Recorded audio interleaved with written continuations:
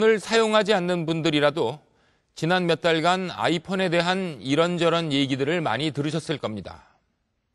IT 강국이라는 대한민국에서 휴대폰 하나에 왜 이렇게 흥분하고 말들이 많을까 하고 생각하시는 분들도 계실지 모르겠습니다.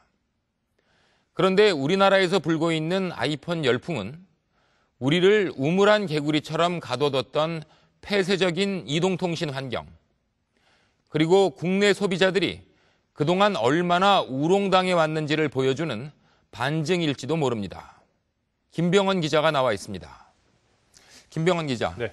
아이폰이 출시된 게 작년 11월이니까 이제 몇 달 지났는데도 아직도 아이폰과 관련된 얘기는 많이 나오고 있고요. 예.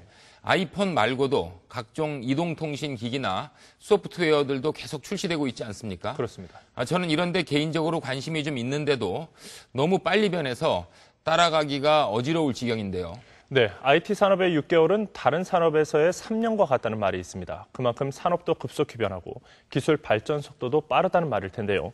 아이폰을 내놓고 큰 성공을 거둔 애플사는 올 들어서 아이패드라는 새로운 제품을 선보여서 관심을 끌고 있습니다.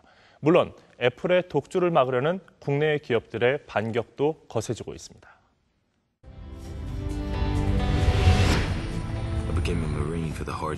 제임스 카메론 감독의 영화 아바타. 화려한 입체 영상과 뛰어난 상상력으로 볼거리의 극치를 만들어냈다는 평가를 받고 있습니다. 영화 속엔 갖가지 미래의 과학기술들이 등장합니다. 주인공에게 외계인 부족장에 대해 설명할 때 이용되는 도구, 바로 태블릿 PC. 태블릿은 작은 평면판을 뜻하는 것으로 간편하게 들고 다니면서 활용할 수 있는 이동형 컴퓨터를 말하는 겁니다. 지난 1월 28일, 애플의 CEO 스티브 잡스는 아이패드라고 이름 붙여진 신제품을 선보였습니다. And we'd like to show it to you today for the first time. And we call it the iPad. That's what it looks like. Very thin. Looks just like this. 스티브 잡스가 자신의 인생에서 가장 중요한 작품이라고 했던 아이패드. 가로 24, 세로 19, 두께는 1.27cm밖에 안 되는 아이패드로 인터넷 검색과 이메일 보내기가 가능하고 사진, 동영상, 음악 감상은 물론이고 게임을 하고 전자책까지 볼 수 있습니다. The iPad is the best web surfing experience, the best email experience, the best photo and movie watching experience. It's going to change the way we do the things we do every day. 1월 말 그래미 시상식에선 미국의 한 코미디언이 아이패드를 들고 나와 눈길을 끌기도 했습니다. And the nominees are. I'm sorry, where's the list? Oh, I know. It's on my iPad. 아이패드는 실제의 모습을 드러내기 한참 전부터 전 세계 네티즌들의 뜨거운 관심을 모아왔습니다. 애플의 철저한 신비주의 마케팅에 열렬 소비자들은 아이패드의 디자인과 기능을 점치기에 바빴습니다. 아이폰처럼 생겼지만 훨씬 크고 7인치의 넓은 화면에 노트북만큼의 성능을 가질 거라는 예상이 있었는가 하면 카메라를 이용한 영상 대화도 가능할 거라는 전망도 있었습니다. 하지만 막상 아이패드가 공개되자 실망감도 적지 않았습니다. 한 영화에 적절히 자막을 넣어 애플을 비꼬는 동영상이 등장하기도 했습니다.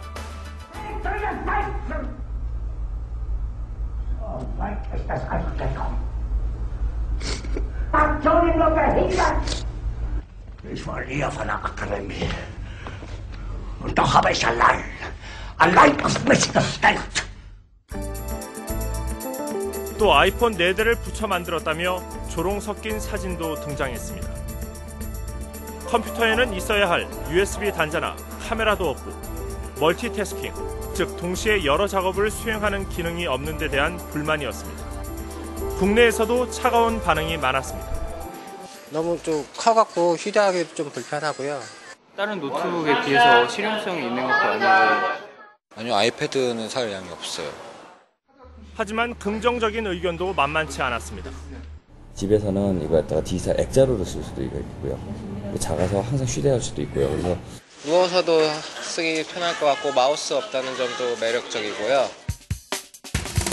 애플사가 아이패드로 또 한 번의 성공을 거둘지는 좀 더 지켜볼 일이지만 최근 몇 년 동안 혁신적인 제품으로 세계 IT 시장을 주도하고 있는 것만큼은 부인할 수 없는 사실입니다. 지난 2007년 아이폰, A widescreen iPod with touch controls, a revolutionary mobile phone, and a breakthrough internet communications device. These are not three separate devices. This is one device. You can pinch it 또 out. 2008년에는 세계에서 가장 얇은 노트북을 들고 나왔습니다.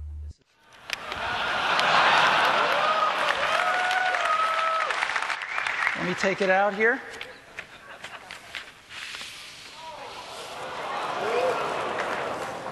This is the new MacBook Air, and you can get a feel for how thin it is.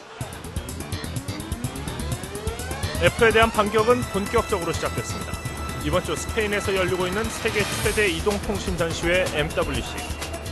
삼성전자는 아이폰에 대항할 웨이브폰을 처음 선보였습니다. 자체 개발한 바다라는 플랫폼을 장착한 이 스마트폰은 경쟁 제품보다 빠른 처리 속도와 아이폰과 비교했을 때 5배 이상 밝고 선명한 화면을 자랑합니다. 웨이브는 슈퍼 아몰레드를 탑재해서 기존의 아몰레드보다 훨씬 더 고화질의 영상을 즐길 수 있고요. 삼성 앱스토어를 통해서 애플리케이션 다운로드가 가능한 삼성의 2010년 전략 스마트폰입니다. SK텔레콤은 손만 갖다 대면 자동차에 시동이 걸리고 자동차를 운전하는 사람의 얼굴을 확인하고 심지어 수백 킬로미터 떨어져 있어도 차량의 상태를 파악하고 조작할 수 있는 소프트웨어를 시연했습니다. 스마트폰이나 이런 것들이 발달하게 되면 자동차 산업과 모바일 간의 어떤 커넥티비티를 요청하는 그런 시장이 생길 것 같습니다. 그러나 국내 기업들만 애플에 도전장을 내고 있는 건 아닙니다. 한 여성이 여러 개의 방들이 있는 공간에 들어섭니다. 날씨를 확인하려면 날씨방을 찾아가야 하고 지도를 확인하려면 또 다른 방문을 열어야 하고 애플의 아이폰으로는 한 번에 한 가지 일밖에 할 수 없다는 것을 비꼬고 있는 겁니다. Rarely working together. So, what do we do now? 그러나 이 여성이 실내를 빠져나가 거리로 나서는 순간 새로운 세상이 펼쳐집니다. 거리를 걸으며 친구들과 통화를 하면서 음악을 듣고 사진도 찍습니다. 여러 가지 기능들이 강력하게 통합되어 있음을 보여주는 겁니다. 마이크로소프트가 올 연말쯤 내놓겠다고 하는 윈도우 폰 7이라는 이름의 스마트폰 운영 체제입니다. We call it kind of smart design with integrated experiences, showing you kind of real time what's happening in your life in a very integrated fashion. 일본의 한 업체는 키보드와 단말기가 분리되는 휴대폰을 선보였습니다. 또 세계 휴대전화 1위 기업인 노키아와 최고의 컴퓨터 프로세서 회사인 인텔도 휴대폰용 운영체제를 만들기 위해 합작을 결정하는 등 IT 시장에서는 애플 대 애플의 독주를 저지하기 위한 업체들 간의 대격돌이 예고되고 있습니다. 요즘 서점에 가보니까 스마트폰을 제대로 사용하기 위한 책도 나와 있고 또 스마트폰을 위한 강좌 같은 것도 열리는 것 같은데요. 그만큼 아이폰에 대한 소비자들의 열기와 관심이 식지 않았다는 얘기일 텐데요. 그렇습니다. 국내에서 아이폰이 이렇게 큰 성공을 거둘 수 있었던 이유, 어디서 찾아야 될까요? 네, 지금까지 해보지 못했던, 지금까지 알지 못했던 경험을 하고 있다고 사용자들은 얘기를 하고 있습니다. 이들이 애플 제품에 왜 이렇게 열광하는지 사용자들을 만났습니다. 아이폰을 건드리자 전화기 속에 동전들이 생겨납니다. 손가락을 넣어 동전 하나를 꺼내고 나머지 동전들을 우르르 쏟아냅니다.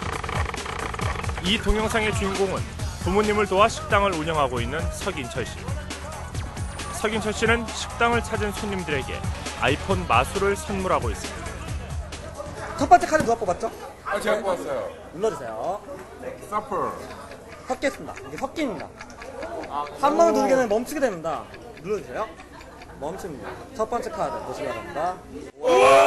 다시 한번 할게요. 다시 한번 섞어주세요. 말도 안 돼.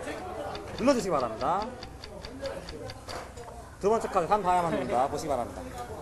네, 보세요. 마지막 카드는 네. 손님들은 그저 신기하다는 반응입니다. 딱 아이폰에 제 카드가 뜨는 거 보고 뭔가 아닌 것 같은데 뭔가 되게 신기하더라고요. 그럼 아이폰에서 이용한 거는 처음이라 되게 신기한 것 같아요. 약간 혈입니다. 닫혀요. 그리고 닫힙니다. 평소 마술이 취미였던 석 씨는 아이폰을 사용하면서부터 더욱 다양한 마술을 보여줄 수 있게 됐다고 합니다. 제 꿈이 있다면 이제 앞으로 나이 많을 때 그냥 마술도 가방 하나 들고 차 하나 몰고 전국에 있는 복지가 이제 순례하는 거거든요. 그런 와중에 이제 아이폰을 접하게 되고 이제 이걸 이용한 마술은 아직까지는 못 봤어요. 설정을 해서 이렇게 살짝 부딪히면 전화번호가 서로 주고받는 거예요. 네, 신기하지 않습니까? 아이폰 활용법 세미나 현장. 손에 아이폰을 든 사람들이 객석을 가득 메웠습니다. 지금 보시면 아시겠지만 스피커를 통해서 이제 음악이 흘러나와요. 처럼 아이폰이 음악을 감지를 해요. 음악을 감지를 하고 이 음악이 어떤 아티스트의 노래인지 제목이랑 아티스트가 출력이 되죠. 해당 곡의 가사라던가 그냥 가수들이 그 가수의 아티스트에 관련된 유튜브 영상들도 쫙 뜨게 되죠. 나중에 팀트 추돌하게 되시면 세미나에 참석한 개그맨 김경욱 씨는 사람들에게 웃음과 재미를 주는 도구로 아이폰을 유용하게 쓰고 있다고 합니다. 저 같은 경우에는 우선은 장난감이에요. 우선 엄한 분위기라든가 약간 좀 묵직한 분위기인데도 이런 뭐 아이들을 웃긴다거나 뭐 이렇게 뭐 어른들 이렇게 기분 좋게 가족들을 아버지나 어머니를 웃길 수도 있고 그냥 일반 분들도 그냥 편하게 쓸 수 있는 아이폰의 이런 기능들은 기계를 살 때부터 탑재되어 있는 것이 아닙니다. 컴퓨터에 한글 등의 소프트웨어를 설치해 사용하는 것처럼 아이폰에 응용 프로그램을 따로 설치하는 겁니다. 회사원 안병수 씨. 아이폰의 다양한 어플을 활용하면서부터 라이프 스타일이 변하고 있다고 합니다. 매일 아침 집을 나서기에 앞서 날씨를 확인하고 오늘 좀 날씨가 어떤 것 같아요? 오늘 날씨는 여전히 엉덩이가 얼음부터 솟네요. 출근길에 영어 공부를 하거나 지루함을 달래기도 합니다. 소녀시대 정규 2집 뮤직비디오를 보고 있습니다. 30대 아저씨 팬한테는 필수 품목이라 할 수 있죠. 출퇴근할 때 꿀꿀할 때는 언제나 보죠. 회사 생활뿐만 아니라 평상시에도 혼자만의 시간을 가질 때가 있잖아요. 운동도 더욱 체계적으로 하게 됐습니다. 운동화에 부착된 센서가 아이폰과 연동되면서 운동량을 꼼꼼하게 기록해주기 때문입니다. 자기가 얼마 정도 뛰고 있다, 칼로리가 어떻게 소모됐다라는 거를 많이 운동한 사람들은 알지만 일반인은 잘 모르잖아요. 이제 그런 점에서 어떤 특별한 코칭을 받지 않아도 사이트를 통해서 체계적으로 스스로 관리를 할 수 있으니까 이제 그런 점이 편하고 재미가 있는 거죠. 회사원 최승호 씨는 요즘 출퇴근길 트위터의 재미에 빠져 있습니다. 제 트위터 친구들한테 저희 이제 오늘같이 비 오는 날에는 어떤 음식이 이제 어울릴까요라고 아까 이제 트위터에 글을 하나 올렸었는데 그거에 대한 답변도 이렇게 보시면 도착이 돼 있습니다. 그래서 여기서 보시게 되면은 어떤 분은 뭐 이제 잔치국수에 감자전을 먹으면 좋을 것 같다라는 얘기를 하고 있고요. 트위터는 140자 이내의 짤막한 글로 인터넷상의 친구들과 실시간으로 정보를 교환하는 네트워크 서비스 가운데 하나입니다. 아이폰으로 자동차를 원격 조정하거나 자동차의 상태를 확인할 수도 있습니다. 아이폰으로 피아노 연주를 하고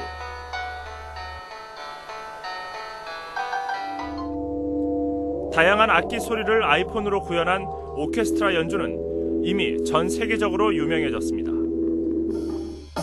최근 우리나라에선 아이폰으로 장구, 북, 꽹과리, 징 등 4가지 전통악기 소리를 구현한 사물놀이 공연도 열렸습니다.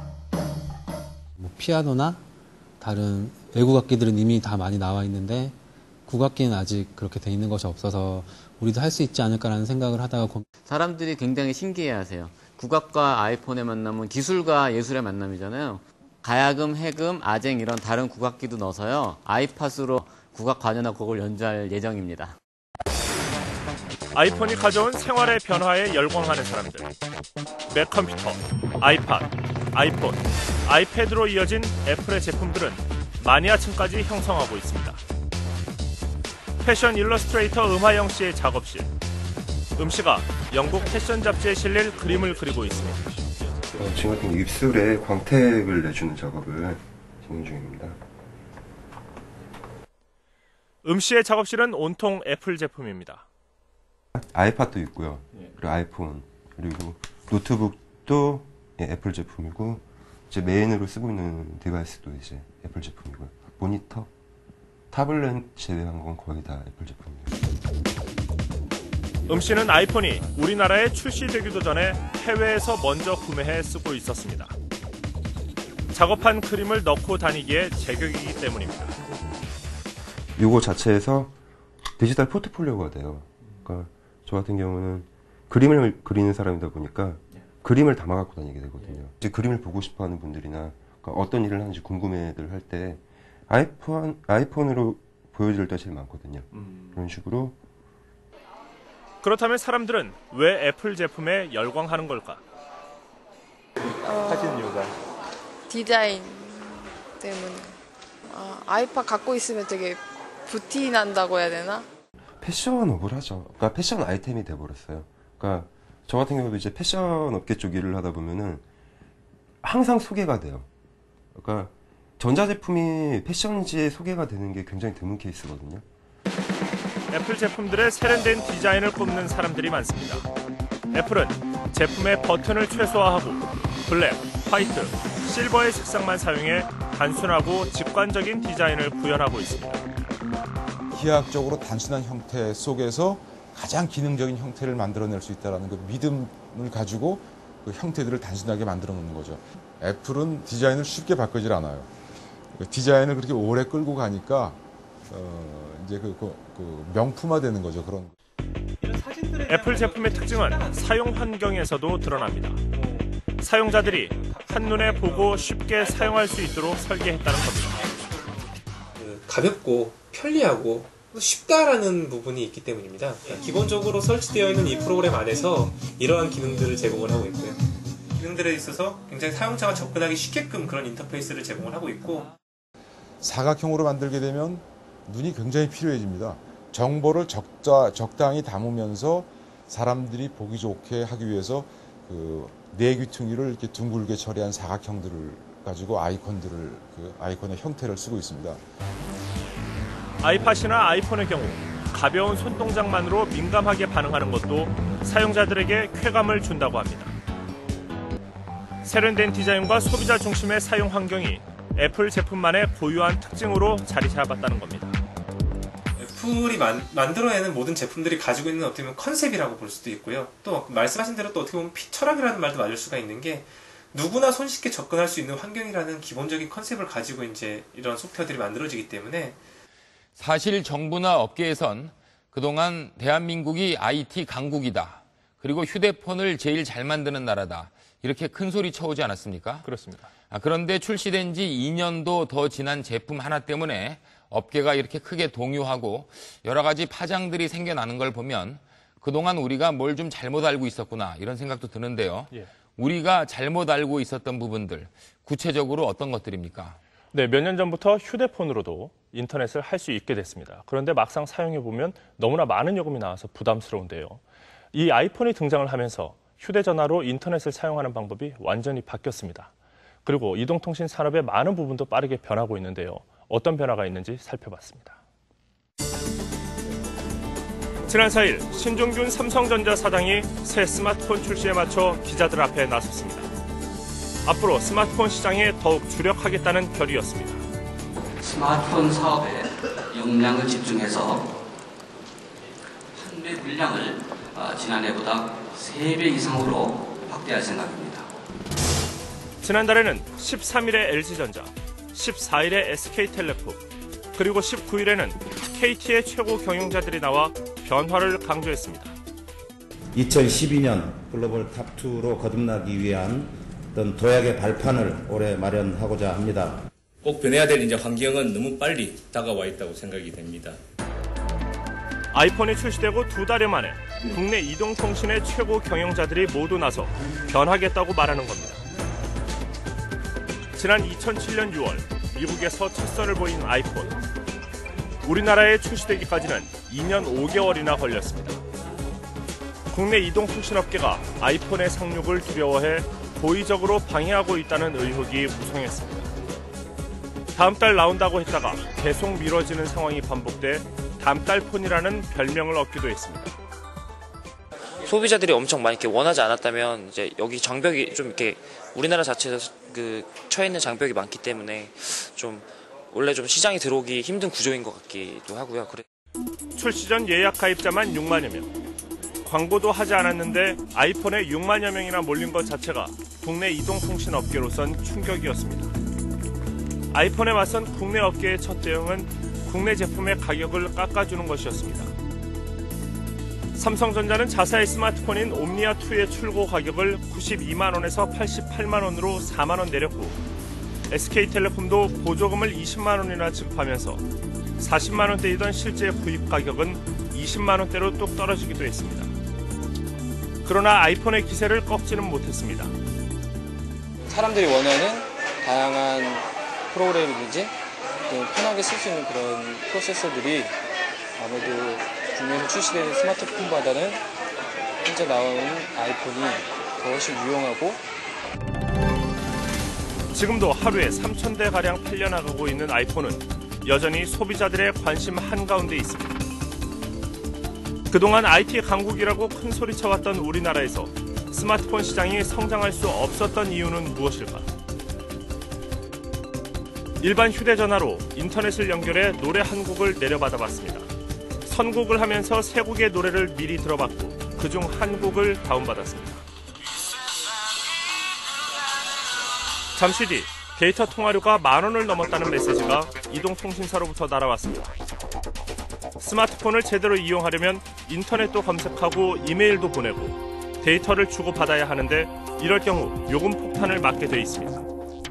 이동통신 3사가 전화 이용 시간과 데이터 요금에서 교묘하게 바가지를 씌워 수천억 원을 더 걷어들였습니다. 이들 3사는 또 전송 속도가 빨라지자 데이터 서비스 요금을 시간제에서 용량제로 바꾸면서 바가지를 씌운 것으로 드러났습니다. 무선 데이터를 쓰게 된다면은 가끔 이제 언론에서도 보도가 됐듯이 이제 수백만 원의 요금이 나왔다. 뭐 요금 폭탄이라고 해서 사회적으로 이제 크게 문제가 된 바가 있습니다. 그래서 이런 종량형 요금으로는 사실상 요금 부담 때문에 누구도 함부로 이제 무선 인터넷을 쓸 수 없는 그런 상황이 돼 있었습니다. SK텔레콤은 매출의 10%가 넘는 1조에서 2조가량을 데이터 통화료로 벌어들이고 있었습니다. 근데 저희들은 그 무선 인터넷 요금에 대해서는 그 계속해서 상당 수준의 요금 인하를 해왔습니다. 왜냐하면 이제 무선 인터넷이 이제 시작되기 시작한 시장이기 때문에 그 초기에는 좀 불가피한 면이 있었습니다. 와이파이, 즉 별도의 요금 없이 공짜로 이용할 수 있는 무선 인터넷망이 이미 구축돼 있었지만 국내 소비자들은 그 망을 이용할 수 없었습니다. 수출용 제품에는 와이파이를 이용할 수 있는 기능이 들어가 있었지만 국내 제품에는 그 기능이 빠져 있었기 때문입니다. 특정 스마트폰도 해외에서 판매하는 거랑 국내에서 판매하는 거랑은 스펙이 틀렸었거든요. 같은 기종이라도. 와이파이 무선 인터넷을 미국에서는 넣어주는데 폰이 한국에 들어오면 빠져요. 통신사에서 싫어하죠, 당연히. 자기네 그 데이터 요금이 안 나오니까. 그래서 빼고 대신에 DMB를 넣어주는 경우가 많거든요. 그러면서 생색을 내죠. 아, 우리는 DMB. 그런데 와이파이 기능이 기본으로 탑재된 아이폰이 들어오면서 더 이상 무료 무선 인터넷망을 막아두고 별도의 요금을 챙기는 일이 불가능해진 겁니다. 이런 소비자를 희생시키면서, 그러니까 사실은 이동통신 서비스 사업자들의 독과점적인 이익을 사실은 보호하면서 경쟁을 제한하고 그분들은 그 안 놀라고 지금 계속 이제 붙잡고 있었고 그러다가 이제 더 이상 이제 버틸 수 없는 그런 상황이 된 거라고 생각합니다. 국내 소비자들에 대한 차별은 이뿐이 아니었습니다. 대표적인 경우가 위치 추적 장치인 GPS 칩입니다. 스마트폰에 GPS 칩이 내장돼 있으면 그 자체로 내비게이션 기능을 이용할 수 있는데 GPS 칩이 없을 경우 별도의 장치를 사야만 합니다. 그리고 나서야 매달 5,000원의 부가 서비스 이용료를 부과하면서 이동통신사의 내비게이션 서비스를 이용할 수 있었습니다. 그런데 수출용 휴대전화에 이 GPS 칩이 들어가 있었지만 국내 제품에는 빠져 있었던 겁니다. 자신들이 무선 인터넷을 통해서 GPS 서비스, 위치 정보 서비스를 제공하게 되면 부가 서비스 이용료하고 정보 서비스 이용료를 자신들이 받을 수 있는데 GPS 칩이 장착이 되면 그 부가 수익을 못 얻잖아요. 이에 대해 SKT 측은 이동통신사들이 GPS 기능을 빼도록 압력을 가한 것은 사실이 아니라고 주장했습니다. 그래서 저희들 같은 경우는 가급적이면 GPS 기능이 웬만한 폰들은 다 들어갔으면 좋은 게 사실이기 때문에 그런 우리가 GPS를 우리 망 때문에 뺀다. 그건 사실이 아니고요. 하지만 또 다른 이동통신사인 KT는 국내 이동통신사들이 소비자들의 선택권을 어느 정도 제한해왔던 것은 사실이라고 인정했습니다. 기존에는 통신사의 입김이 컨텐츠 시장에도 들어갔다는 것이 사실입니다. 그것으로 인해서 여러 가지 폐해가 발생을 했고 소비자 선택권이 보장을 받지 못했던 것은 있습니다만은 완벽하게 개방형으로 감으로써 소비자가 원하는 니즈를 누구보다 빨리 통신사가 찾게 되고 또 삼성전자 휴대전화의 국내 출고가가 외국보다 훨씬 비싼 것으로 나타났습니다. 옴니아2 8GB의 경우 우리나라의 출고가는 92만 원이지만 미국에서는 519달러, 60만 원으로 무려 30만 원 넘게 차이 났습니다. 이에 대해 삼성전자는 통신사가 요구하는 기능을 추가하면서 비싸졌고 금액을 밝힐 수 없는 제조사 장려금이 있어 실제 출고 가격은 훨씬 낮아진다고 밝혔습니다. 우리는 지금 이런 걸 알아버렸어 이미. 사용자들은, 소비자들은. 옛날같이 되게 멍청하지 않거든요. 그랬는데 아직까지 그 통신사들이나 대기업들은 사용자들을 좀 볼로 보는 경우가 많은 것 같아요. 그러니까 그동안 국내 소비자들은 더 비싼 돈을 내고 휴대폰 단말기를 사서 아주 비싼 무선통신 요금을 내야 했고 수출품에는 기본적으로 제공되는 기능도 이용할 수 없었다. 이런 얘기인데요. 그렇습니다. 그러는 동안 기업들은 더 많은 이익을 챙기고 경쟁력을 강화했으면 모르겠는데 국내 기업들이 애플이나 구글 같은 기업에 비해서 취약한 부분, 어떤 부분들입니까? 네, 바로 소프트웨어인데요. 우리나라 제품들을 실제로 사용을 해보면 하드웨어는 세계 최고 수준입니다. 하지만 함께 성장했어야 했던 소프트웨어 산업은 지금 걸음마 수준을 면치 못하고 있는데요. 한동안 찬밥 신세를 면치 못했던 소프트웨어 개발자들에게 요즘 다시 시선이 모아지고 있습니다. 서울의 한 대형마트. 혹시 지금 이거를 얼마 주고 사셨는지 기억나세요? 4,500원. 아이폰으로 한 소비자가 구입하려는 라면의 바코드를 촬영해봤습니다. 화면에 최저가, 판매처 등 상품에 대한 정보가 뜹니다. 이게 지금 인터파크에서는 3,750원, 한 700원, 800원 정도 싸게 지금 가격 정보가 나와 있는데 신기하네요. 핸드폰으로도 가격 비교도 되고. 예. 어떠시겠어요? 지금 여기에서 사시겠어요? 아니면 뭐 생각을 좀 해봐야겠는데요. 당장 먹을 게 아니면. 예. 아이폰으로 생수 가격을 비교해본 다른 소비자도 비슷한 반응입니다. 이런 바코드 리스트를 하나 만들어놔갖고 집에다가 걸어놔도 되겠는데요? 달력처럼? 그래서 찍어놓고 제일 싼 데 찾아갈 수 있잖아요. 상품의 바코드를 인식해 가격을 비교해주고 구매 사이트로 곧바로 연결도 해주는 크로크루라는 어플입니다. 이 어플은 QR코드 정보도 읽어냅니다. QR코드는 바코드보다 100배 이상 많은 정보를 담을 수 있는 사각형 모양의 기호로 일본에선 잡지나 관광지, 광고 등에 두루 쓰이고 있습니다. 영화 포스터에 있는 QR코드를 아이폰으로 촬영해봤습니다.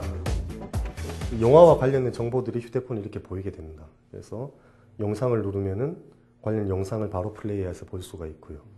심지어 이제 가까운 극장이 어디 있는지 가는 지도 정도도 바로바로 확인할 수가 있죠. 아이폰에서 사용할 수 있는 어플들이 온라인에서 거래되는 장터. 앱스토어에는 크로크루와 같은 어플이 15만 개나 올라와 있습니다. 현재 세계 77개국에서 5천만 명이 앱스토어를 이용하고 있습니다. 사용자들이 쉽게 접근할 수 있는 것들이 조금 더 잘 됐다고 보시면 돼요. 그러니까 하드웨어랑 소프트웨어를 같이 만든 회사이기 때문에 아이팟이 성공했던 이유도 마찬가지고. 그리고 앱스토어에는 매달 수천 개의 새로운 어플들이 올라옵니다. 이렇게 많은 소프트웨어들을 놀라운 속도로 늘려갈 수 있는 비결은 무엇일까? 우리나라 소프트웨어 개발자들의 얘기를 들어봤습니다.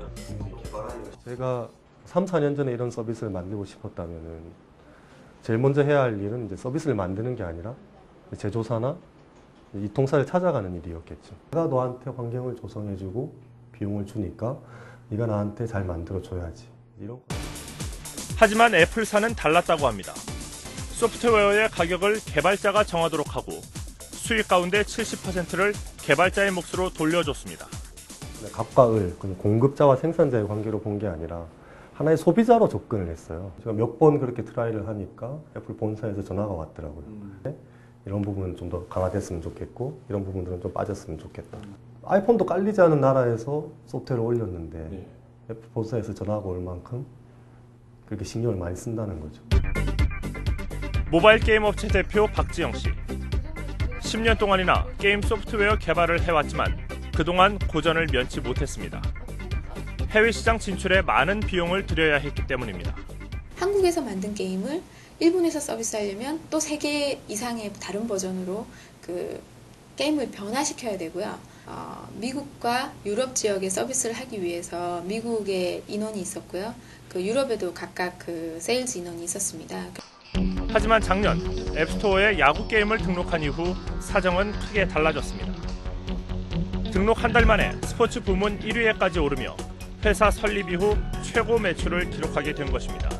애플에서 제공하는 그 플랫폼 하나에만 제공을 하면 전 세계 60개 이상의 국가에 동시에 서비스가 가능하고 자기 책상에 앉아서 처음부터 끝까지 끝낼 수 있는 그런 프로세스가 마련이 된 것이 굉장히 큰 기회로.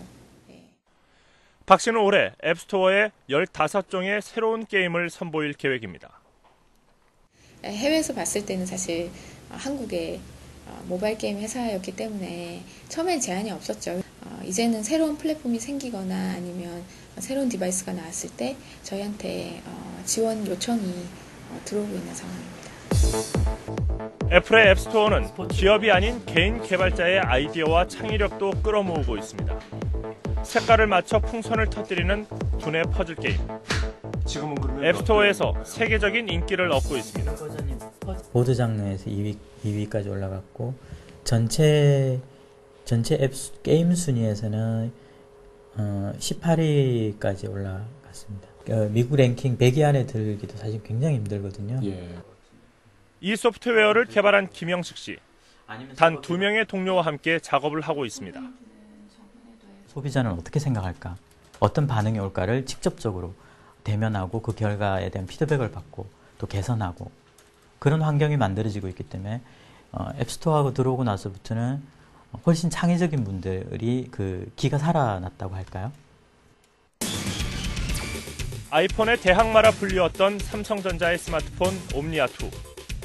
아몰레드 화면에 500만 화소 카메라를 장착하고 DMB, 영상통화 기능이 있어 기계적인 측면에선 아이폰보다 뛰어나다는 평가를 받았습니다. 하드웨어 스펙은 삼성이 좋죠. 전체적으로 그러니까 안에 들어있는 기능상으로 보시면은 이제 CPU라든지 메모리 그 순도라든지 그런 거는 이제 삼성 거니 훨씬 좋아요.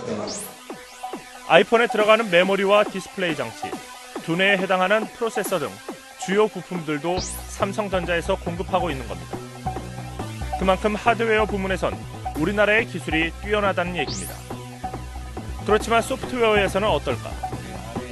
삼성전자도 지난해 말부터 자사의 스마트폰 사용자를 위한 앱스토어를 운영하기 시작했습니다.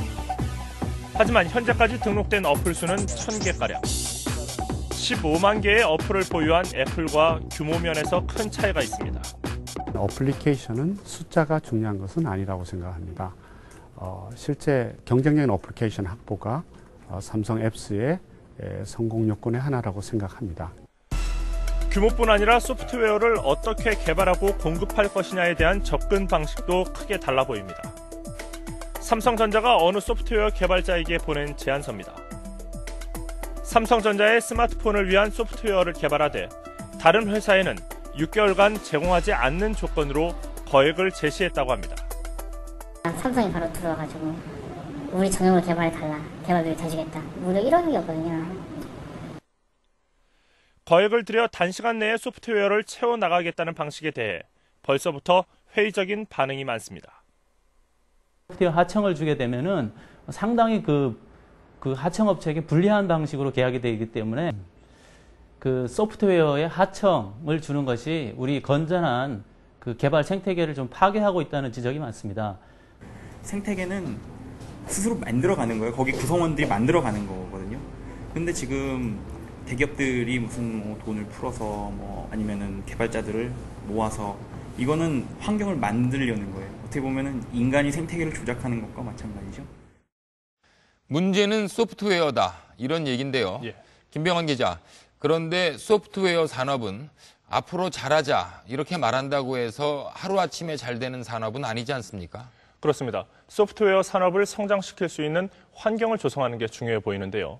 이보다 앞서 기업이라든지 정부의 인식 전환이 필요해 보입니다. 퇴근길에 한 직장인이 아이폰을 꺼내 집으로 가는 버스가 언제 올지 확인해 봅니다. 제가 이제 타고자 하는 1번 버스를 이제 선택을 하게 됩니다.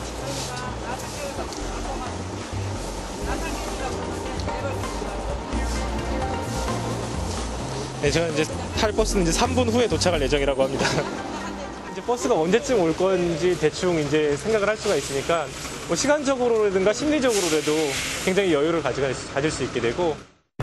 이 소프트웨어를 개발한 사람은 고등학생 유주왕군입니다. 서울과 인천, 경기도의 버스 전산 정보를 모아서 시민들이 쉽게 볼 수 있게 했습니다. 국가의 공공적인 정보를 이용해서 여러 가지 정보를 이렇게 모아서 더 좋은 정보를 이렇게 생산해내는 거죠. 그러니까 이용자들도 되게 쉽고 편리한 생활을 할 수 있고, 그리고 정부 입장에서도 국민들이 그런 걸 정보를 빨리 받아볼 수 있으니까. 그런데 작년 12월 경기도는 버스 정보를 이용하지 못하도록 차단했다가 시민들의 비난이 빗발치고 나서야 입장을 바꿨습니다. 공개된 정보라고 하지만 그거를 긁어가는 거에 따른 우리 그 서버나 이런 데 미치는 영향이 있을 것이다 판단해서 일단 저희가 일단 막은 거고. 카이스트에 재학 중인 이정열 군은 부근에서 가장 싼 주유소를 찾을 수 있는 소프트웨어를 최근 개발했습니다. 가장 싼 주유소가 지금 1,609원이고요. 제일 비싼 주유소가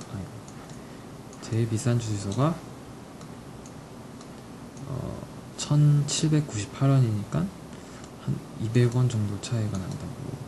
휘발유 기준으로. 네, 휘발유 기준으로. 사회 공익을 위해서 이렇게 제가 제공을 하는 거는 참 괜찮은 일인 것 같다라고 생각을 하고요. 그런데 기본 정보를 가지고 있는 석유공사 측은 인터넷에는 정보를 공개하고 있지만 스마트폰 소프트웨어에서는 사용할 수 없다는 입장입니다. 실제로 기차의 출발 도착 시간 등을 알려주던 아이코레일은 철도공사가 정보를 막으면서 사라져버렸습니다.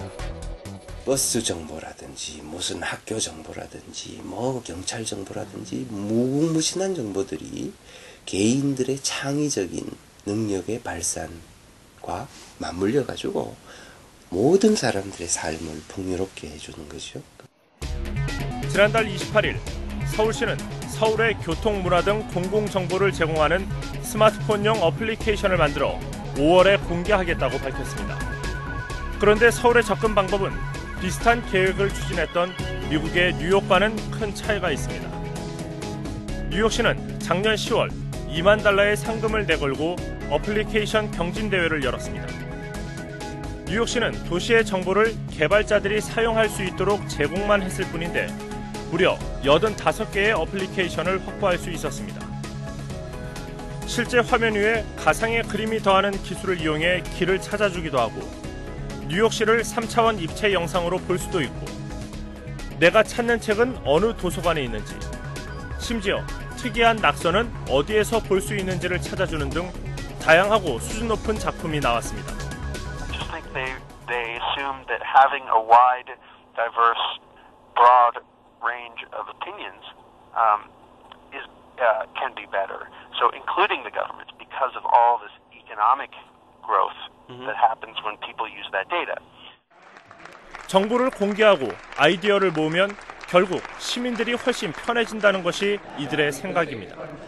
공공기관에서 가지고 있는 많은 데이터들이 있잖아요. 그런 것들을 이렇게 많이 개방을 해서 많은 사람들이 편하게 사용할 수 있고 또 많은 개발자들이 그걸 이용해서 많은 사회 공익을 위한 프로그램을 제공할 수 있었으면 좋겠다라고 생각을 하고 있습니다. 작년 2월 이명박 대통령은 비상경제대책회의에서 초등학생들에게 인기를 끌고 있는 닌텐도 게임기를 거론하면서 이 같은 창의적 제품을 우리가 개발할 수는 없냐고 말했습니다. 대통령 발언 이후 문화부는 게임 연구개발 예산 중 일부를 비디오 게임기 예산으로 돌려 5천억 원대의 게임 시장을 열겠다고 밝혔습니다. 대통령의 발언이 나왔을 즈음 국내에서 개발돼 명텐도라는 별명을 갖게 된 게임기의 개발 회사를 찾아갔습니다. 일본의 닌텐도 성능과 어깨를 겨룰 정도의 제품을 만들었지만 결국 컨텐츠, 소프트웨어의 부족이 문제라고 말합니다. 우리나라 어떻게 보면 하드웨어나 이런 쪽들은 굉장히 발전을 했는데 소프트웨어 쪽은 많이 밀리는 거고요. 또 어떤 삼성이라든지 LG 같은 또 대기업들이 아무래도 하드웨어 쪽에 주력을 하다 보니까 그런 면에서는 아직까지 많이 밀리는 것 같습니다. 전문가들은 우리에게는 장기적으로 아이디어를 개발할 수 있는 정책적 환경이 없다고 지적합니다. 과거에 정보통신부가 제 역할을 다했던 것도 아니었지만 그나마 해체되면서 정책적인 지원이 더 소홀해졌다는 겁니다. 우리나라 정보통신부라고 되어 있었지만 그 정보는 없었고 통신만 있었어요. 통신이 어느 정도 된 다음에는 이제 정책 방향을 빨리 소프트웨어나 그 다음에 이제 컨텐츠 이런 쪽을 크게 옮겼어야 되는데 뭐 지난 한 10여 년 동안 우리가 그것을 못한 것 같습니다. 때문에 실력 있는 개발자들이 한국을 떠나고 산업은 발전하지 못하는 악순환이 계속된다는 겁니다. 또 소프트웨어를 하는 사람들에 대해서 제대로 된 대접을 해주는 그런 문화가 들어서지 않은 상태에서 과연 저희가 IT 융합으로 이루어지는 그런 융합 산업이 발전할 수 있을 것이냐. 손을 잡고 음악을 듣고 있는 두 사람. 남자가 왼손에 쥔 MP3 플레이어의 음악이 맞잡은 손을 통해 여자에게까지 전달됩니다. 양손을 각각 휴대폰과 컴퓨터에 대면 사진과 동영상을 옮길 수도 있습니다. 사람의 몸에 흐르는 미세한 전류를 이용해 정보를 주고받는 디지털 인체통신 기술입니다. 엄지와 검지를 모아 사각형을 만든 뒤 사진을 찍고 찍은 사진을 거리의 벽에 비춰봅니다. 손바닥에 숫자 패드를 그려 전화를 걸기도 합니다. 손가락에 부착된 센서로 다양한 디지털 정보를 이용하는 디지털 식스센스라는 기술입니다. I actually made my own and just using a piece of paper. You can of course watch movies. Good afternoon. My name is Russell and I am a wilderness explorer in Tribe 54. And you can of course play games. Here the camera is actually understanding how you're holding the paper and playing the car racing game.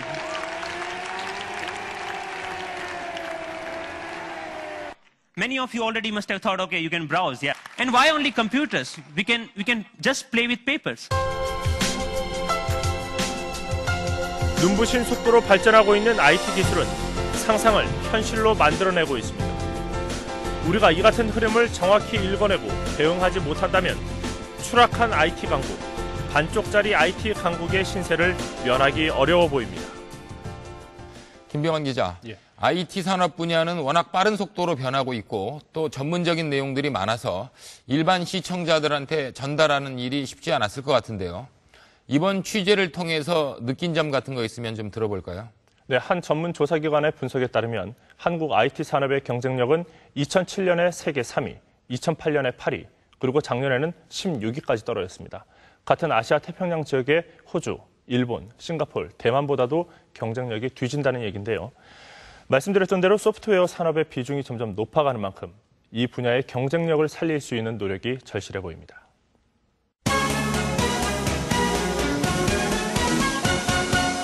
아이폰이 우리나라 이동통신 쇄국 정책에 종지부를 찍었다는 얘기가 있습니다.